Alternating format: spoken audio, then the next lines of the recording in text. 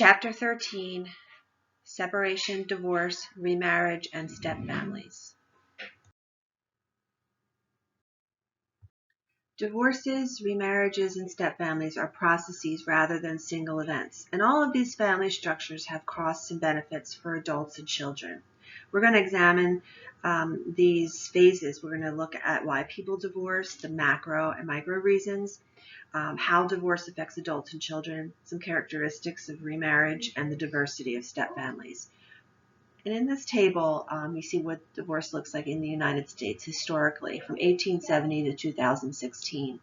You see the divorce was very low back in the 1870s and 1890s, and we started to see a rise, after that 1910, figure the Roaring 20s, high rates. There was a dip in from 1950 to the 1960s. We saw a decline. We may have noticed that in the table we saw in a previous chapter as well. And then a dramatic increase in 1970. So here we also had the coinciding women going, working, becoming more independent, the women's rights movement. And now we're starting to see this sort of decline in the number of divorces as well. So we're going to continue to talk about that in this chapter. Now, divorce rates vary in the U.S. and other places because of three interrelated reasons. The macro reasons or the societal reasons, some demographic variables, and also micro or interpersonal reasons. They can either increase or decrease the macro reasons. They can either increase or decrease the divorce rates. So first, divorce laws have changed so that it is a bit easier to obtain a divorce. All states have what is called no-fault divorce laws, so that either parent, either partner, neither one of them needs to really establish guilt or any wrongdoing on the part of the other. So again, no fault. There's no fault by either partner. Before, the partner initiating the divorce had to prove that the other was to blame for the problem or collapse in the marriage. Explanations included things like adultery, desertion, or physical and mental cruelty. Now we just have to give irreconcilable differences or incompatibility. Also, accessibility and the inexpensive cost is due to the large number of divorce attorneys and free legal clinics, so it makes divorce a more viable option. The economy's impact on divorce is mixed. Some studies suggest that economic hardships like job loss and low income add to marital stress and increase the risk of divorce. Other studies suggest the economic hardship can reduce the occurrence of divorce because it may be too expensive to live separately. A spouse may lose health benefits, and the divorce itself may be expensive. The economy also affects the quality of marriage. The types of jobs may cause couples to experience stress and tension, spending less time together due to long hours. In addition, fatigue, demanding child-rearing responsibilities, and job instability can increase the likelihood of divorce. The military service can increase marital satisfaction and reduce the risk of divorce because the military can serve as a source of upward mobility. During times of war, however, it is believed to have increased divorce rates, especially during the wars in Iraq and Afghanistan. A lot of post-traumatic stress disorder was witnessed. Extended duty and deployment have been difficult on soldiers and their families. Americans, our acceptance of divorce has really grown. So we're looking at cultural values and social integration. In 2013, a majority of Americans, about 68%, said that divorce was more acceptable than gambling at 64%, or having a baby out of wedlock at 60%. 67% of Americans said that children are better off if their unhappy parents get divorced rather than stay married. Two researchers, Pompano and Whitehead, or two social scientists, say that the greater acceptance of divorce is due to many Americans emphasizing individual happiness over family commitments. Changes in cultural values and rising individualism have decreased what we call social integration, the social bonds that people have with others and the community at large. The lower the social integration, the higher the divorce rates. Higher social integration were less likely to get divorced. Technology has made divorce more acceptable. Many people can go online to file for divorce to save some money and to avoid emotionally charged meetings in lawyers' offices. Some researchers suspect that online dating that leads to marriage may be likely to end in divorce, although there is no national data to really support this. Also, there's been evidence of infidelity online, too. The idea is that online daters are likely to act impulsively because they want to marry, rushing into a marriage that really doesn't work. Now these, a little bit small, but these are the effects of divorce. It kind of shows them in the sequential order. So we just went over the macro level reasons, then we'll go over now the demographic reasons, and then the micro level reasons, and then these all compound to increase the likelihood of divorce. So the demographic variables. These variables may help to explain why some couples are prone to divorce. Parental divorce. Children of divorced parents are often less willing than those whose parents haven't divorced to tolerate an unhappy marriage. Also, age at marriage. An early marriage, especially before age 18, is one of the strongest predictors of divorce. Those who delay marriage until their 20s are usually more mature and able to handle the challenges of married life. Premarital childbearing. Women who conceive and have a child after marriage have lower divorce rates than those who do so before. Divorce is especially likely among adolescent parents who often struggle and who lack maybe the education or the income to maintain a stable family life. Cohabitation. Those who live together tend to be more accepting of divorce. They're less committed to marriage and have fewer skills in coping with marital problems. They have a higher chance of divorce if they marry. The risk is highest among those who are serial cohabitors, who live with different partners over different times. Gender. Women in unhappy marriages are more likely to get a divorce if they can support themselves. Women are 2 times as likely to initiate the divorce, if they have their own incomes. Sharing assets like savings and stocks may deter women from initiating divorce for fear of lowering their standards of living. In terms of population size and marriage rates, when you look at race and ethnicity, blacks are more likely to divorce than are people in any other racial ethnic group. Asian women have the lowest divorce rates. With social class, education is closely related to income, another predictor of the likelihood of divorce. When economic problems are more common, it increases the likelihood of stress, arguments, and divorce. Also, higher education results in a delay in marriage. They will often have higher incomes, reducing financial stress. Religion, compared with their less religious counterparts, the risk of divorce is much lower among couples that are married and belong to the same faith or denomination. Also, if they attend services regularly and agree on gender ideology, strong religious belief can either strengthen or weaken a marriage. Those of differing faiths and degrees of religiosity may be more at risk of divorce.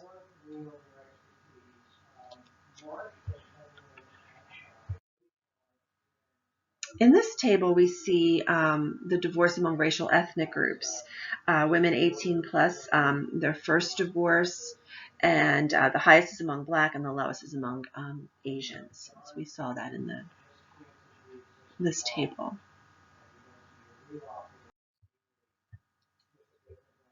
Now we're going to talk about the micro level reasons for divorce. People can have unrealistic expectations about what marriage is like. The media does send us messages of, that happily ever after. We get that from when we're children, in the Disney movies all the way up through many, many love stories. So we get this unrealistic expectation about what married life is like. 19% of women and 14% of men who are newly married had premarital doubts, and then those were people who became divorced after 4 years. They weren't sure about the marriage. Financial problems and disagreements are a strong predictor of divorce. Also, verbal, physical, or emotional abuse was the most significant reason for divorce in a national study. Extramarital affairs are also a major reason for divorce. Infidelity can destroy a marriage. For many, it's a deal breaker. Communication problems and not being able to resolve conflict lead to dissatisfaction. A strong predictor of divorce is negative interaction before marriage. Substance abuse often leads to divorce because of neglect of family and marriage as a result of the drug use. Disagreements about how to raise and discipline children can also increase marital dissatisfaction and trigger a divorce. Now, for those age 50 and older, the divorce rate rose from less than 10% in 1990 to more than 25% in 2009. People may be deciding to leave unhappy marriages since they realize they are at midlife. When you're at midlife, you're looking at how much life you have left to live than where you've come from. So disability and death are really approaching. And realizing that life is short at this point. People really would tend to leave an unhappy marriage more so. Also, people change over the life course, and so do their priorities, and couples tend to grow apart. So they may not even like each other anymore, and so they make that choice. So now we're going to talk about how divorce affects adults. There are some physical, emotional, psychological, and economic effects of divorce. And also, parents must face child custody and child support arrangements. Divorced people are generally worse off than married people. They report more health problems, greater social isolation, more stress, less social support, and more depression. In fact, their physical well-being, there's a negative association between divorce and health in terms of their physical well-being. The degree of emotional and psychological distress varies. Some are better off, than living under unhappy conditions. And when adult children divorce, their parents may experience depressive feelings. The economic effects of divorce often affects a couple's financial situation. The wealth decreases. There's a loss of about 77% of shared wealth within 5 years. And the laws vary by state in terms of alimony. Alimony leads to disagreements or hostility. For some, men may have to pay that spousal support. And for those, women who out-earn their husbands, they may have to pay something. Women usually face more financial strain than men, also while handling custody of the children. Now, child custody is usually something that children are usually caught up in the middle of. So we're going to go over what child custody is, the types of child custody, and child support next. Child custody is a court-mandated ruling regarding which divorced parent will have the primary responsibility for the children's upbringing. Children live with the custodial parent and see the non-custodial parent according to a visitation schedule. There are 3 types of custody: sole custody, split custody, and joint custody. Sole custody is where one parent is responsible for raising the child. The other parent has specified visitation rights. And parents often negotiate informally over issues like the holidays and schedules. Split custody is when the children are divided between the parents, either by sex, where the mother gets the daughter and the father gets the son, or by choice. The children may be allowed to choose the parent that they live with. Joint custody sometimes is called dual residence custody, and the children divide their time between the parents, who share decisions about the children's upbringing. And there are 2 types of joint custody. There is joint legal custody, where both parents share decision-making on issues such as education and healthcare and religious training. And then there's joint physical custody. The court decides how much time children will spend in each parent's home. Now, joint and physical custody is rare, so non-custodial fathers are pushing for co-parenting, where divorced parents share legal and physical custody more equally.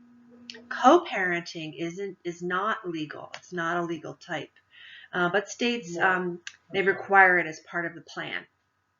So co-parenting is most effective when the parents communicate with each other about discipline. If the father is responsible, like picking up the kids, being on time. Fathers who share the child-related expenses, even when there's no court-ordered child support, and where both parents share information about the children. And if the parents don't control or limit the children's communication, don't control their emails or their text messages with the other parent. Here we have a movement of Fathers for Justice, social movement that began in Great Britain. It's become very popular here in the U.S. as well. Fathers, both unmarried and divorced, demand more contact with their children, dressed up like superheroes. Child support is a really critical issue. When you consider data from the USDA, that $233,610 is what it costs to raise a child from birth to age 18. That does not include college. So this is roughly about $11,000 to $12,000 a year. So who pays and who gets child support? Child support is paid to the spouse who gets custody of the children. That's mostly women. Of all custodial parents, a majority, 51%, had some type of legal court agreement for child support. The main reasons for not seeking a legal award are that parents have more informal agreements. Each parent provides what he or she could for support, and the belief that the non-custodial parent could not afford to pay anything. So about roughly 30% of custodial parents receive less than they are supposed to. So mothers receive about $3,700 a year, and fathers receive about $3,100 a year. In 2011, 83% of mothers who received child support also had visitation arrangements with the child's father.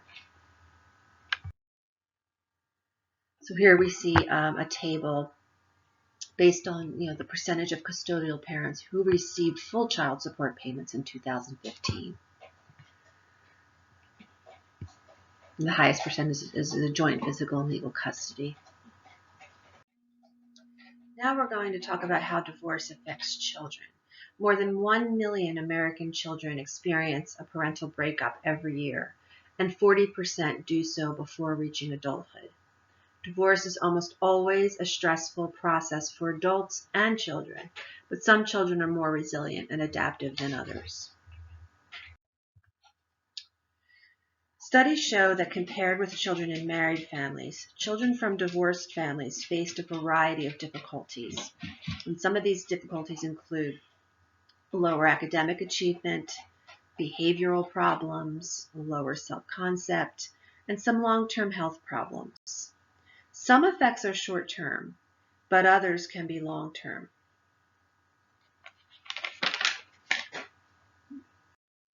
First, let's consider what happens before the divorce.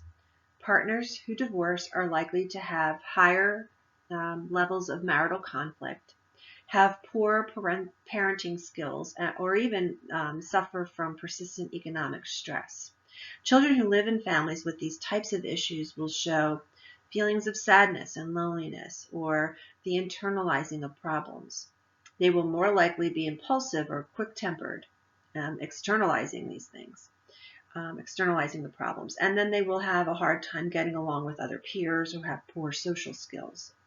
These behaviors start to show themselves at least 3 years before the divorce and manifest in poor academic progress. Children's behavior may be more affected by the parents' attitudes during and after the divorce rather than the divorce itself. After divorce, when parents cooperate and communicate regularly, maintain similar rules in both households, and support each other's authority, children have better outcomes or adjust better. They have fewer behavior problems, and they maintain closer relationships to their non-custodial parents. Choosing to remain civil to one another and remain involved in their children's lives is the key to a good outcome. Now, a divorce may reduce parental conflict, but financial problems tend to increase, especially for mothers. Mothers' income drops by about 1/3, while men's income typically increases. The greater stability after the parents' divorce, the increase in the children's financial well-being in adulthood. By age 18, those whose parents have multiple relationships, cohabit, remarry, and divorce after remarriage, double the negative economic impact. The effect over time for children of divorce is that the divorce decreases their well-being both initially and over the life course. For children, they lose a stable environment, emotional and economic security, and easy access to both parents. But also there is the change in residence and for many changes in schools. These stressful transitions can affect self-confidence, which causes difficulties in forming and maintaining relationships later in life. Children of divorce are 2 times as likely to end their own marriages in divorce. And this is referred to as the divorce cycle, or intergenerational transmission of divorce. So what helps children before, during, and after a divorce?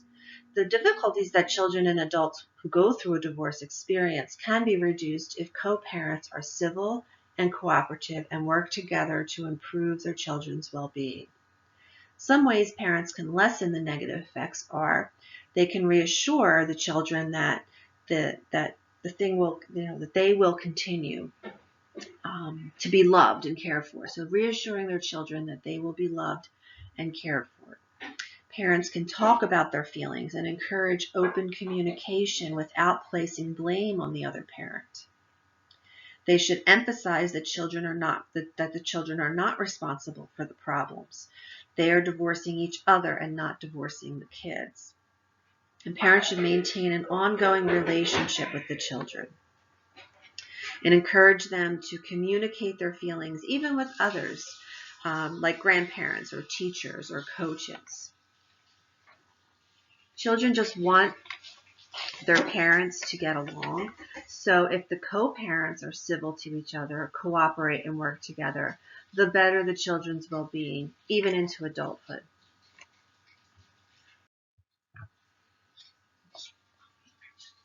Some positive outcomes of divorce for children and adults. The decrease in the amount of stress that children experience in high conflict homes is the biggest benefit of divorce. Children no longer face adults who yell and scream and throw things and create physical and emotional upset in the environment. Both men and women indicate benefits 2 years after the divorce. Women enjoy newfound freedom. They develop their own identity and they don't have to answer to a husband. Men spend more money on themselves. They're better off financially if they're not supporting an ex-wife and children. They have more leisure time and they date numerous people. Now, even with high divorce rates, many people remarry, sometimes more than once. So next we'll look at some remarriage and stepfamilies. First marriages and remarriages differ in many ways.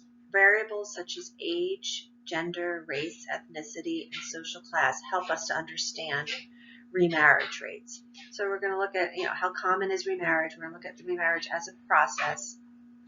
And first we're going to go over some of these characteristics of remarried couples. First, age and gender. Half of Americans who remarry after divorcing from their first marriage do so within about 4 years. The average rate of a first remarriage is 33 years for women and 36 years for men. The women who are most likely to remarry are those who married young the first time around, have low education levels, have few marketable skills, and they want children. They're attracted to older, divorced, or widowed men who want a traditional life. And the older a woman is, the harder it is to remarry.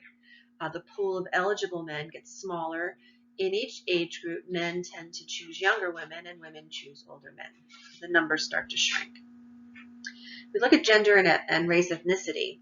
Whites have the highest remarriage rates and African Americans have the lowest. Within each racial ethnic group, Men and women have similar remarriage rates.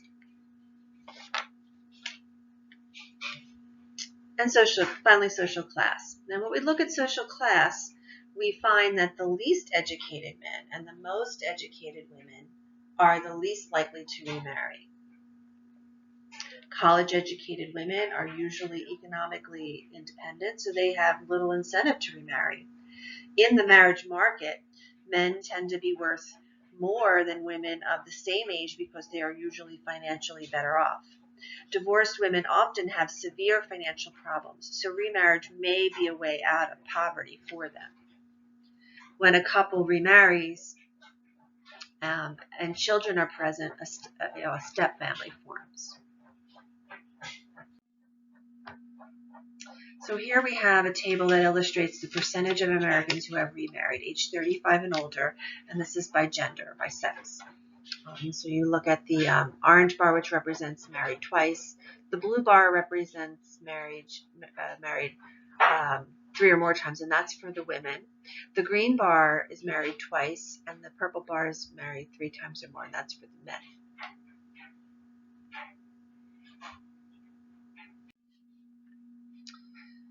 And here we have how often we remarry by race and ethnicity. And on the left-hand side, we have those who've married twice. Highest percent is for whites. And on the right-hand side is married 3 or more times. And again, small percentages, but the highest is for among whites. Dating and cohabitation after divorce or widowhood, including among midlife people, provide couples with companionship. Step families come in variations. So next we'll look at types of step families and demographic characteristics and how step families differ from the nuclear family. A step family is a household where 2 adults who are biological or adoptive parents with a child from a previous relationship marry or cohabit. And they can be heterosexual, gay, or lesbian. In step families, new family networks emerge.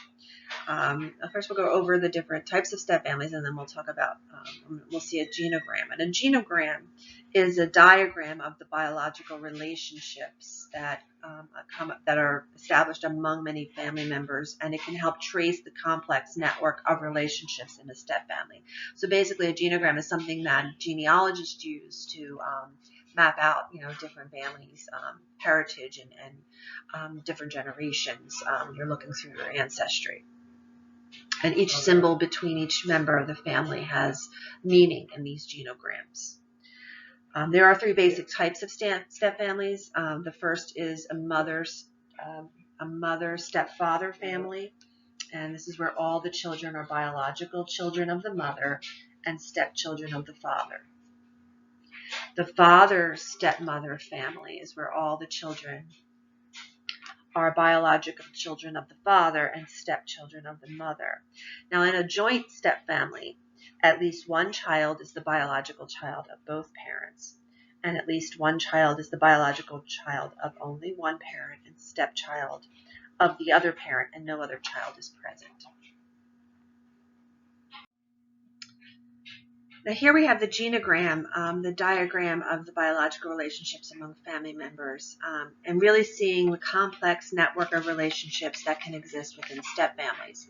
You see usually these diagrams are color-coded. The lines in between illustrate different relationships. And so you see the males are represented in that blue color shading, a female orange colored shading, and in the children, there's numbers there that represent their ages. So it does illustrate a very complexity in step families, where you have complex step families where both adults have children from previous marriages. You have joint step adoptive families and joint biological step adoptive families. They have at least one biological child of one parent and a stepchild of the other parent, and one or both parents have adopted at least one child. So we have the step families that range from fairly simple to very complex. And children often find themselves with Step siblings, both brothers or sisters who share a biological or adoptive parent and a step parent. And we have half siblings, where brothers or sisters who share only one biological or adoptive parent.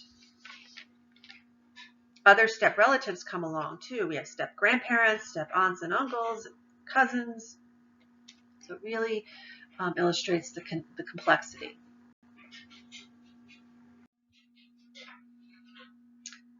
Approximately 42% of American adults have at least one step relative.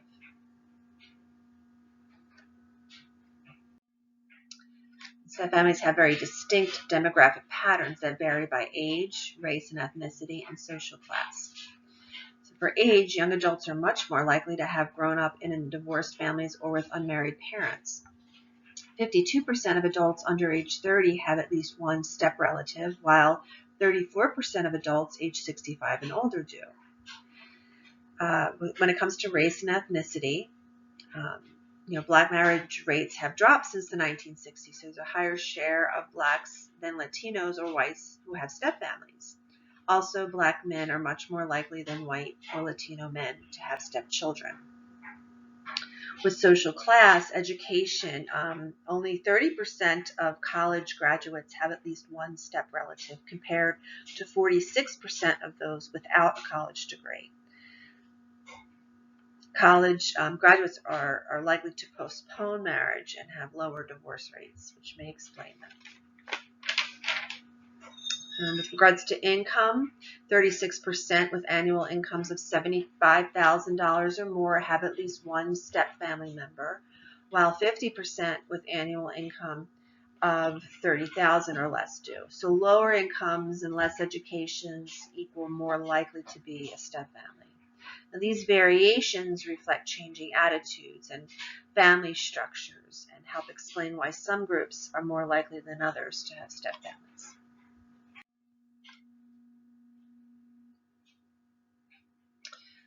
Same-sex step families experience the triple stigmatization faced lesbian and gay step families. They're denounced because many people view homosexuality as immoral. Children don't have adult role models of both sexes. And these critics would say couples may not get custody of children that were born during an opposite-sex marriage. So they face triple stigmatization. Step families resemble the nuclear family because of adults and children living in the same household. However, step parenting is more difficult for a number of reasons that range from the structure of step families to the roles that step family members have.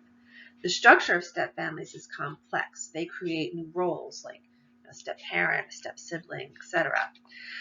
A step family must cope with unique tasks, and this would include redefining and renegotiating family boundaries. Also developing clear and consistent rules for privacy and property of each family member, visiting children, grieving children, the biological parent versus the step parent. Step families often experience more stress and conflict. Adjustments are expected and usually to be made all at once instead of gradually. So that's often what's expected. But stress can come from the new relationships and from not enough resources to go around. Step families integration typically takes years rather than months, sometimes as long as 8 years to consolidate the family and work together. Important relationships may be cut off or abruptly, they might end abruptly or they might spring up overnight. So for example, non-custodian fathers having no contact with their children, or siblings being split up, or a new partner, children, siblings moving in together. It takes time to get to know each other. So this can be, often a stressor. There are continuous transitions and adjustments rather than stability. The people living in a household can change. Boundaries are sometimes very blurry. The juggling of individual needs, family traditions, and emotional ties across the families.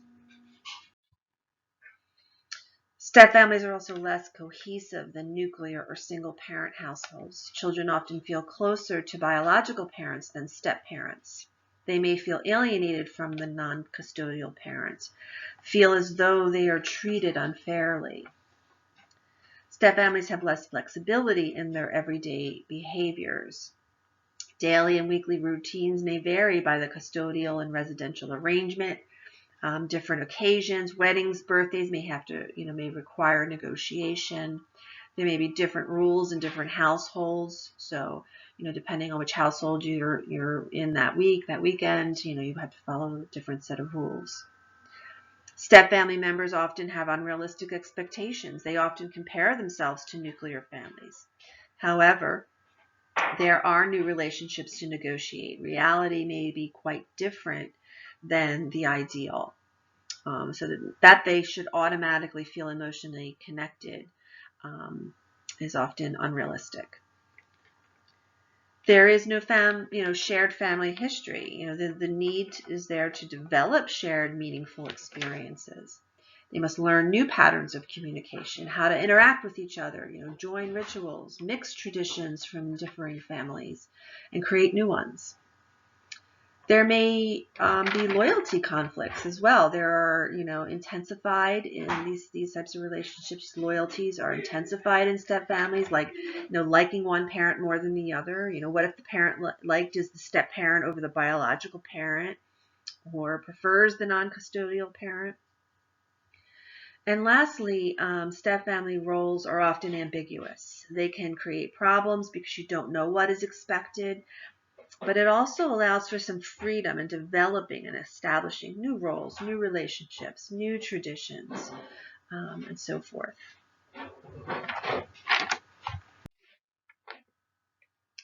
Involving both custodial and visiting non-residential children in step-family activities can make the visiting children feel more welcome and part of the family. So when parents work together, can make a better result in a better outcome.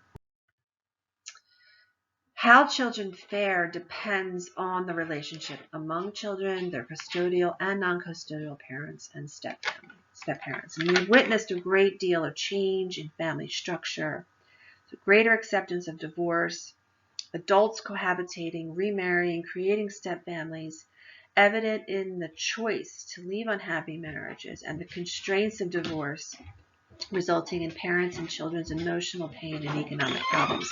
So that all being taken into consideration.